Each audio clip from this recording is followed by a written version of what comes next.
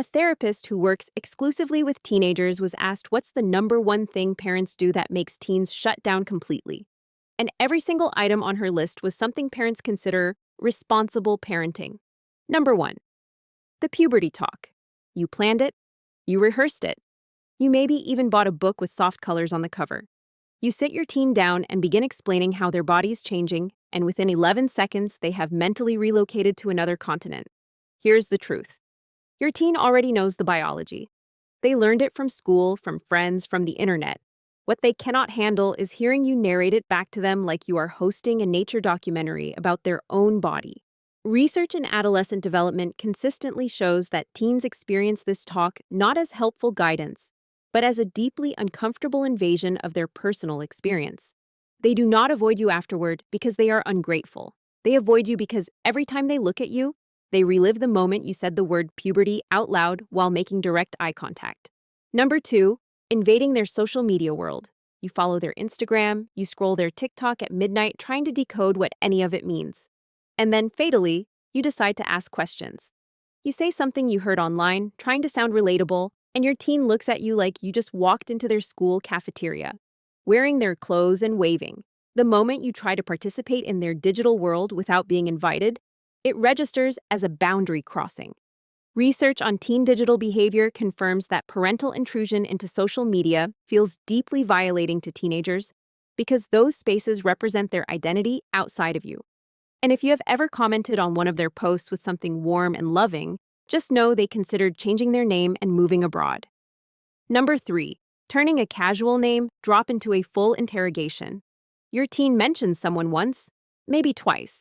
Suddenly you are asking about their family, their future plans, whether they have ever been in trouble at school. Your teen mentioned a person. You launched an investigation. Developmental psychology research shows that teens interpret excessive parental curiosity about their relationships as a complete lack of trust in their judgment. Every follow-up question you ask chips away at the likelihood they will ever mention anyone to you again. They do not stop talking to you because they are secretive. They stop because every name becomes a deposition. Number four, finding something in their room. You say you were putting laundry away. They know the truth. You found something, and now you are holding it in the air like courtroom evidence. Asking them to explain themselves, it does not even matter what the item actually was. The damage is not from what you found. The damage is from the fact that you were in their space, going through their things, and you both know it. Privacy research consistently links parental snooping to significant long-term trust erosion in teenagers. Once a teen believes their private space is not safe, they stop keeping anything real where you can find it. They do not just hide objects, they start hiding themselves. I've linked a resource in the description that I think you'll find really helpful. Number five, trying to speak their language. You heard a word, you practiced it, you deployed it at dinner, and your teen went completely silent. In the way that means something has died inside them. Teen slang is not a code you can crack by studying it. It is a living, breathing cultural signal. And when parents use it, it lands exactly the way it feels, like someone wearing a costume of their child's identity. Linguistics research shows that teen language evolves specifically to create generational distance. When you cross that line, you are not bonding. You are triggering secondhand embarrassment so powerful they will still be thinking about it at 35. Number six, the unsolicited mental health intervention. Your teen spent a weekend in their room. They seem quieter than usual. You decide something is deeply wrong and you enter their space with the emotional energy of a crisis team.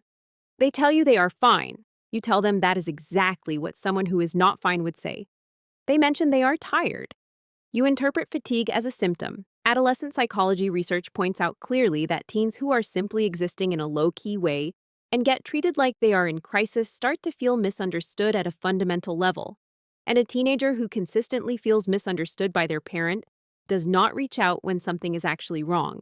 The overcorrection you make in those moments is the exact thing that guarantees you will not be the person they call when they genuinely need help. Number seven, turning $20 into a 45-minute lecture on financial responsibility. Your teen asked for movie money, a small, simple human request. And somewhere between handing it over and actually handing it over, you detoured through your entire childhood. The concept of compound interest, the economic climate of decades past, and a warning about credit card debt they did not ask about. Economic education research shows that parent-teen money conversations fail almost immediately when parents anchor them in their own generational experience instead of their teen's actual current reality. Your teen knows a dollar does not stretch like it used to. They know because they live in the present. When you keep dragging them back to a past they never experienced, they stop asking you for anything, not just money. Here is what connects all 7 of these conversations. None of them come from bad intentions. Every single one of them comes from love. The problem is that love delivered without awareness of what your teen actually experiences on the receiving end does not feel like love to them. It feels like pressure. It feels like surveillance. It feels like not being trusted or known. And a teenager who does not feel known by their parent does not ghost you out of cruelty. They do it because it is the only way they know to protect the one thing they are working hardest to figure out right now, which is who they actually are. The most powerful thing you can do is less talking and far more listening. Not to fix, not to warn, just to hear them.